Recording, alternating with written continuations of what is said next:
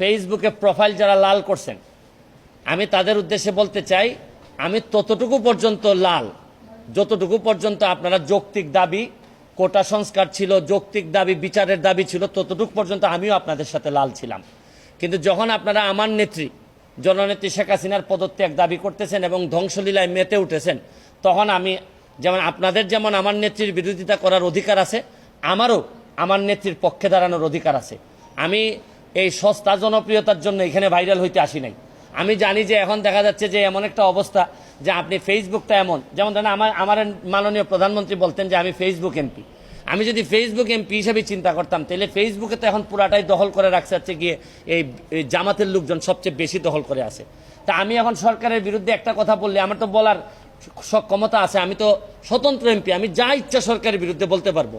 তা আমি তো একেবারে এখন তো আমি মানবতাবাদী, শুধু মানবতাবাদী না, দেখতে